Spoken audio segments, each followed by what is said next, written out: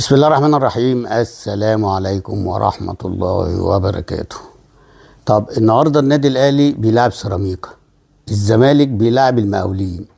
الزمالك ما بينافسش، مفروض لما انت هتحطهم الاتنين في توقيت واحد لما يكون في منافسة، لما يكون الزمالك بينافس الأهلي والأهلي بينافس الزمالك ماشي، عشان اللي هي التلاعب في النتائج والأونطة والكلام ده. طب النهاردة المقاولين بيلعب على ان هو يقعد في الدوري، والزمالك ما عندوش، يعني بيلعب على ان هو يلعب على الرابع او يخش المربع الذهبي. ولكن انت عملتهم برضو الاتنين في توقيت واحد، مش هنخلص بقى من القصة اللي بتخنق دي. ما انت كنت بتلعب الساعة 7، ما تخلي فرقة الساعة 7 وفرقة الساعة 9. الموضوع بقى سهل اهو، برضو في الضلة وفي الطراوة وفي كل حاجة. يعني الناس اللي هي دي اللي هي حطاهم الاتنين، لا عارفين نتفرج على ده ولا يعني ماتش سيراميكا نحول من عليه في هجمه، نقول لك جون للمقاولين، عقبال ما نحول ما نشوفش الجون وبعد كده نرجع تاني. في ايه بصراحه؟ حاجه تحزن وحاجه تقرف بجد. خلاص الدوري خلص والدوري خده النادي الاهلي، فانت لاعب الاهلي يا عم الساعه 9 ولاعب الزمالك الساعه 7. ما انتوا كانوا الاتنين بيلعبوا من اسبوعين ثلاثه، كانوا بيلعبوا الساعه 7. خلي واحدة الساعة 7 وواحدة الساعة 9. ولا انتوا ما بتفكروش خالص وبتعكننوا على الناس؟ على الأقل جمهور الزمالك يتفرج على فرقته وجمهور الأهلي بيتفرج على فرقته، واحنا نعرف نطلع نحلل هنا ونحلل هنا، انما لا هنعرف نحلل هنا ولا نحلل هنا. ده بس البق اللي انا كنت عايز اقوله عشان الراجل اللي هو يا رب يكون اخر سنة له بقى وما نشوفوش تاني، يا رب بندعي كده من ربنا ان ما نشوفوش تاني. يعني لان دور من الخلول اللي هو كان عامله ده، والدوره الصيفيه والدوره الرمضانيه، يعني بصراحه زهقنا واتخنقنا وبوظ الكره في مصر. والمنتخب الاولمبي لو خرج بسببه، يعني انا بقول لكم اهو، لو المنتخب الاولمبي خرج هيبقى بسببه، سوء التنظيم وسوء الاعداد وكل الكلام ده. نيجي على ماتش الاهلي. طبعا الماتش بدأ وسام ابو علي جاب جون. يعني انا عايز اقول ان الجون دوت اللي هي دي الحاجه الوحيده اللي الشوط الاولاني رد فعله في لعيبه بتبقى على خط الجون وبتضيعها، زي موديست وزي لعيبه تانية كتير. فده رد فعله، لا تعزم ولا حط الكره لا، ده حط الكره ببطن رجله في القائم ودخل الجون. طيب نرجع بقى شويه ملاحظ بقى. النهارده هنتكلم على شويه ملاحظ. النادي الاهلي خد الدوري ومبروك وخلاص وزي الفل وتمام التمام، ده من ماتش بيراميدز الاولاني. طيب الملحوظه الاولانيه النهارده، انا بقول للحكم بتاع النهارده والفار والمخرج، الكلام ده موجه ليهم الثلاثه. الكره بتاعت امام عاشور اللي هو الجون الاولاني، مش عايز تجيبها من قريب ليه؟ عشان هي فاول. طب دي لو لسيراميكا كنت عدتها مره واثنين وعشرة. ليه؟ عشان تقول له ان الكره فاوله، زي ما حصلت قبل كده الماتشات الاخيره اللي فاتت دي. يعني وريها لنا نشوفها اذا كانت فاول ولا مش فاول.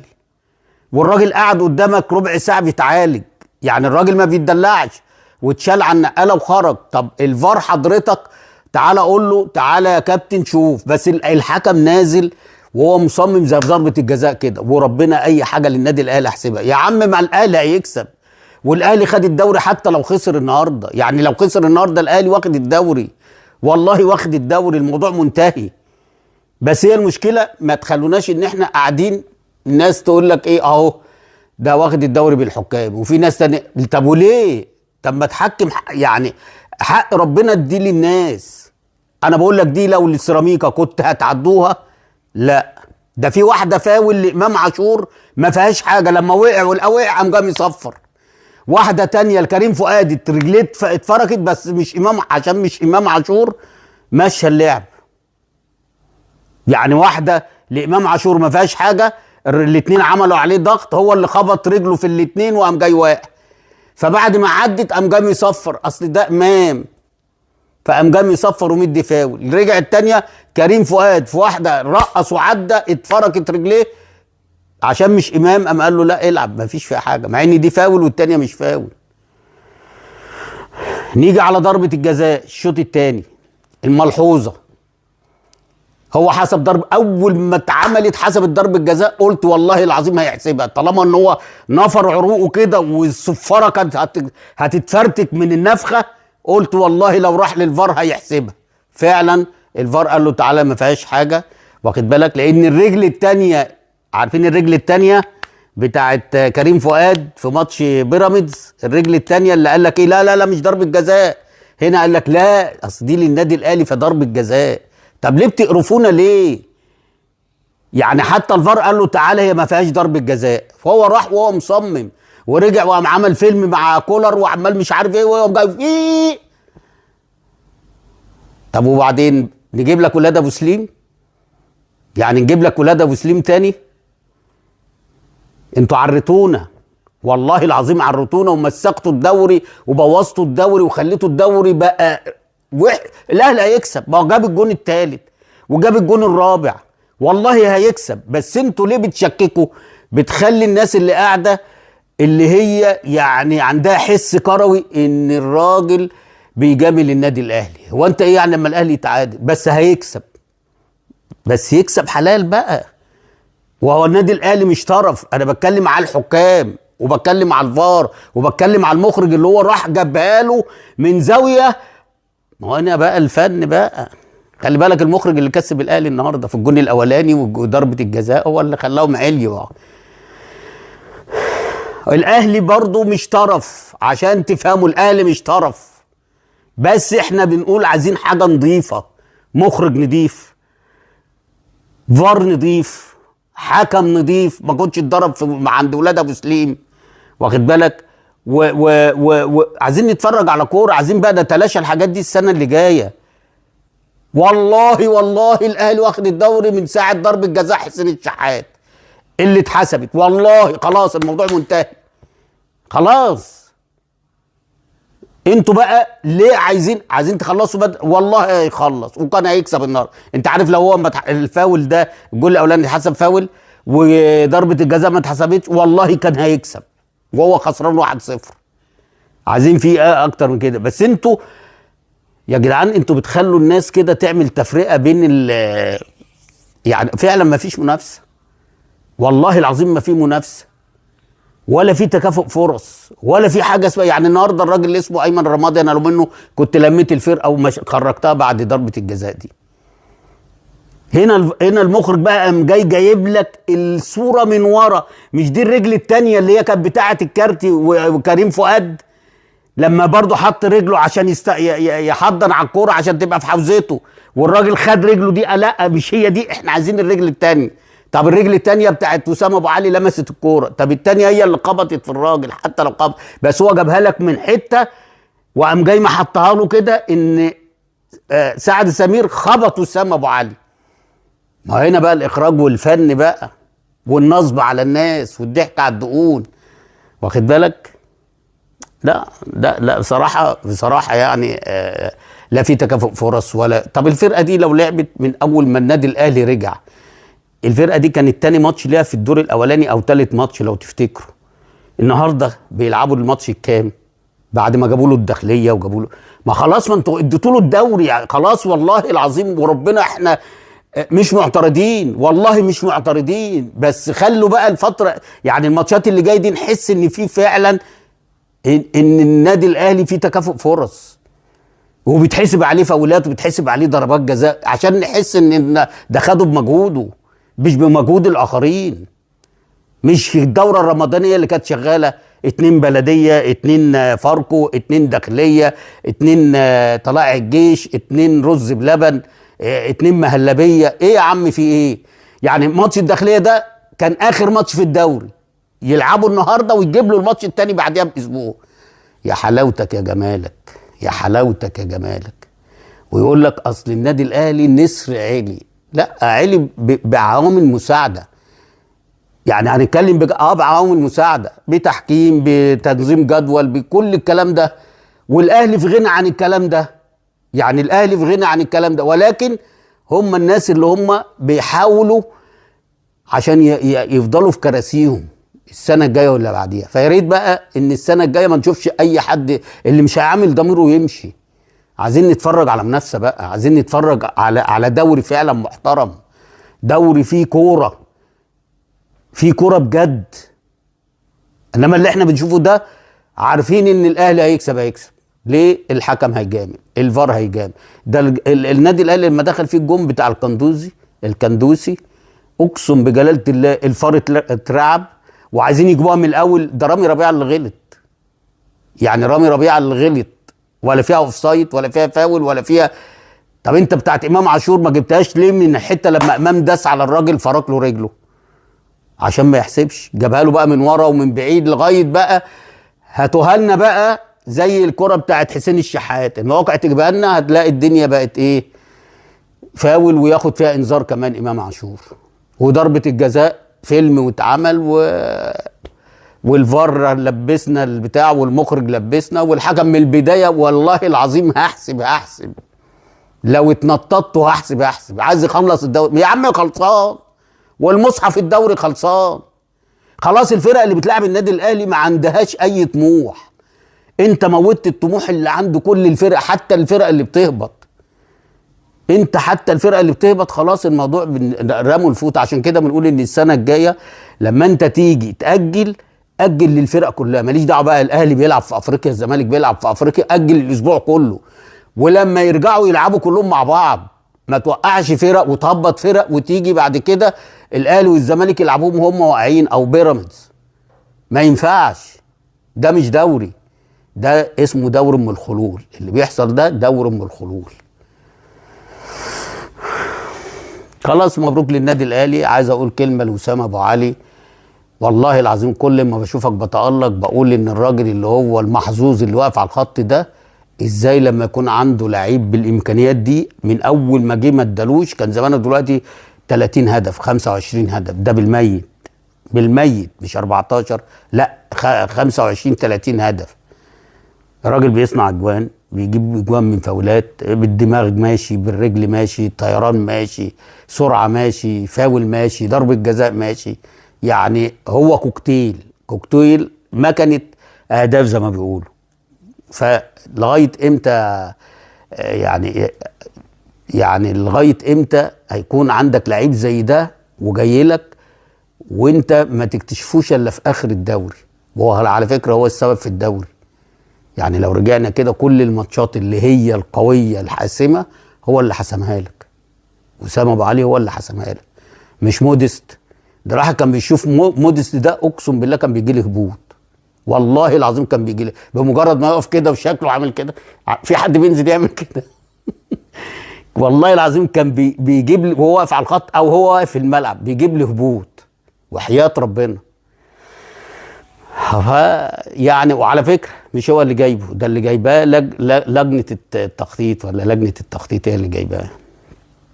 يعني اول مره يجيبوا محترف بجد، محترف يعني في كل المواصفات اللي هي فعلا محترف بجد.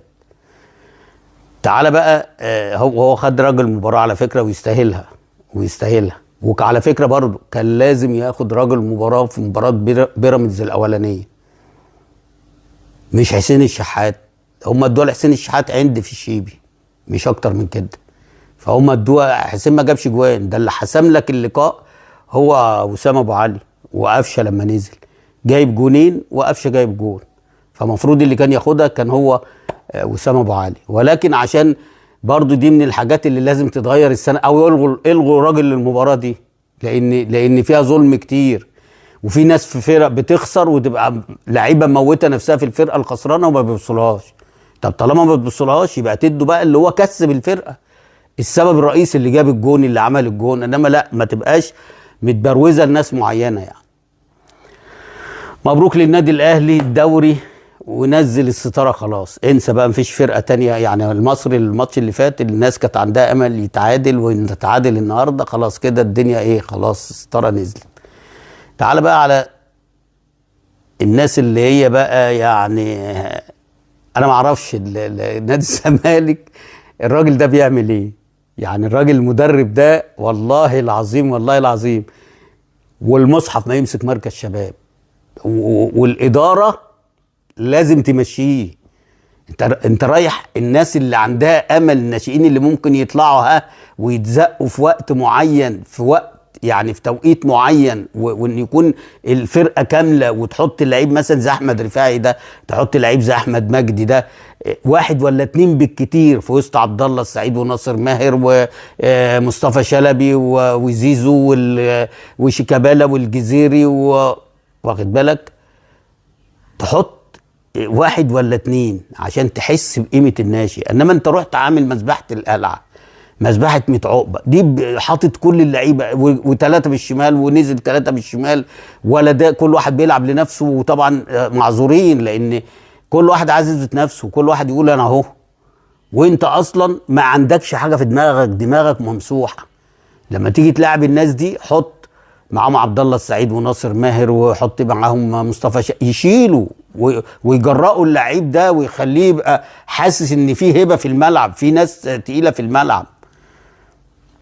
انما الماتش اللي فات، على فكره المؤامره لسه شغاله، يعني المؤامره بتاعت مجلس الاداره شغاله زي الفل. الماتش اللي فات بتلعب بالفرقه اللي هي يعتبر كل اللعيبه اللي هي الخبرات عندك، ناصر ماهر على عبد الله على مصطفى شلبي، واخد بالك، قدام بيراميدز. خلصت القصه، يا تكسب يا تتعادل عشان تضيع الدوري وتدي الدوري للنادي الاهلي. هو كده كده النادي الاهلي بعد ما انت اديته 3 بونت خلاص مش عايز منك حاجه تاني، بس هو ده كان الاتفاق، شكله كده كان اتفاق، تسيب لنا ال3 بونت كمان وتخش على بيراميدز، يا تتعادل معاه يا تكسب. ده كان الاتفاق فعلا. الماتش اللي فات ده اكد لي لما نزل بالتيم كله او اللعيبه اللي هي الخبرات كلها وتعادل مع بيراميدز. طب النهارده بقى ما تلاعب الناس دي، انت بتريحهم ليه؟ هما زي الاهلي بيلعبوا في افريقيا وبيلعبوا في السوبر وبيلعبوا في كاس العالم للانديه وبيلعبوا في حاجه، والاتحاد الافريقي. انت ما بتلعبش، انت كبيرك كنت بتلعب في الكونفدراليه فقط لا غير، والكاس كان خلصان والدوري. فانت بتريحهم ليه؟ بتريح اللعيبه دي ليه؟ ايه وجهه النظر؟ فسمك لبن تمر هند الراجل ده عمال يعمله، ومعرفش الاداره سايباه ليه، ومعرفش سايباه يجيب صفقات ليه ويمشي ناس ليه، وهو اصلا مش عارف لا امكانيات اللعيبه ايه، ولا اللعيب المؤثر مين، ولا اللعيب اللي مش مؤثر مين. حاجه سايبين له الحبل، معرفش ليه. يعني انا اول مره في حياتي اشوف مدرب ما عندوش فكره وانتم مدين له صلاحيات، يعني ما عندوش فكره، وهنا ابيض خالص فنيا وبدنيا. ده قاعد النهارده هو والمعلم احمد مجدي قاعدين على الدكه، هم خسرانين عمالين يبصوا على البتاع. هو انتوا بتتفرجوا على فيلم اجنبي؟ انتوا قاعدين تتفرجوا ولا مسلسل اجنبي ولا مسلسل تركي؟ وانتوا الاثنين قاعدين وسايبين الخط كده. طب كولر الراجل مثلا بيروح عشان يشوف فاول، يشوف ضربه جزاء، يشوف الجون، ده اذا راح بس واقف على الخط وجايب كام بطوله. وانت يا معلم جبت لنا الكونفدراليه مزهقنا، ومش انت اللي جايبها، ده ربنا والجماهير، ده ربك والجماهير هي اللي جابتها لك. وعرفنا وقاعد وعامل لي كده والتاني قاعد جنبه عمالين يشاوروا. هو مهند بيتفرجوا على مهند ولا ايه في لا والله العظيم حاجه تحزن وحاجه تقهر. ونادي الزمالك كده انا بقول لكم من دلوقتي، لو الراجل ده قاعد، مبروك للنادي الاهلي السوبر الافريقي، وسنه هتبقى سواد، وربنا يستر. والراجل مفكر نفسه ان هو ماشي اول وبيجرب الناشئين. لا لا لا لا لا لا لا لا لا لا اقسم بالله حاجه تحزن وحاجه تقهر. وجمهور الزمالك رايح لي يعني حوالي 7-8 آلاف في البتاع. ليه؟ ده انت بتلعب، انت ما دخلتش المربع ازاي؟ رايح لهم ليه؟ ما تحسسوهم ان الناس دي من بعد ماتش الاهلي ان هم عملوا جرم كبير. انت انسحبت، فكرتني بقى، انت انسحبت. طب ما محمود البنا بيحكم لك النهارده. يلهوي، محمود البنا يبقى فين المكاسب اللي انت كسبتها؟ انت قلت لا البنا ولا الغندور يحكموا، طب بيحكموا. قلت معرفش ايه، قال لك وطلع في بوست عالمي وقال لك انا اللي هحط الجدول بتاع السنه اللي فاتت، وانا اللي هنظم الدوري بتاع السنه اللي جايه. يعني انا اللي فاتت واللي جايه، وطلعتوا كلكم يعني ما حدش رد عليه. وبعدين ده في مصيبه كمان، ده المصيبه ان كهربا عليه قسط وما دفعوش، وانتوا نيمتوا الناس وقلت لهم ان احنا خدنا الغرامه. اتاري ان الغرامه خدتوا جزء والباقي على اقساط، ولسه في قسط ما اتدفعش. وكهربا بقاله فتره خلاص مش هيديكوا ولا جنيه. طب ما انت كان معاك حكم، كان معاك حكم بجد، يا يدفع يا اما ما يلعبش. ايه اللي خلاك وافقت؟ هي زياره الكابتن محمود الخطيب كانت بالخراب بصراحه، يعني راجل محنك جه لفكوا كده ولبسكوا في الحيطه وسابكوا ومشي. دفع اولا سبتوا ماتش الزمالك الاهلي انسحبتوا منه، تاني حاجه الغرامه بتاعت كهربا، تالت حاجه ولا قرار من القرارات اللي انت انسحبت عليها في ماتش الاهلي اتنفذ لك، يعني ولا قرار. طب انت كنت بتنسحب ليه؟ طب كنت تنسحب بقى بعد ماتش الاهلي، ولا ده كان فيلم؟ فاحنا عايزين نعرف، حد يطلع من مجلس الاداره يقول لك كهربا لا دفع ال70 ولا ال80 مليون جنيه. طب الاقساط دي من اين لك هذا؟ يعني قسط ازاي؟ ومين اللي قسط معاه؟ ده بصراحه انتوا كده ضحكتوا على الناس كلها وضحكتوا على جماهير الزمالك بجد. يعني احنا يعني انا مش عارف اقول ايه والله. طبعا الماتش النهارده بتاع الزمالك يعني ما اتفرجتش عليه بحكم ان انا بتفرج على ماتش الاهلي، بس المقاولين كسبك، المقاولين كسبك. انا نفسي المقاولين ما يهبطش والله العظيم، بس انت كنت قدمت لعيبه. يعني انت زي ما انت بتقول كده النهارده انت عشان تبقى طالع من المباراه دي كسبان، كان طلع لك 4 5 لعيبه كويسين قوي كانوا فرقوا كتير الفتره اللي جايه عشان ما تجيبش لعيبه وتدفع فيها ملايين. ولكن انت حرقت كل اللعيبه، ومجلس الاداره ولا قرار من القرارات اللي هو انسحب عليها اتحقق، بل بالعكس كمان ضحك علينا بغرامه الكهرباء. فمنكم لله ولك الله يا زمالك، ومبروك للنادي الاهلي الدوري، والسلام عليكم ورحمه الله وبركاته.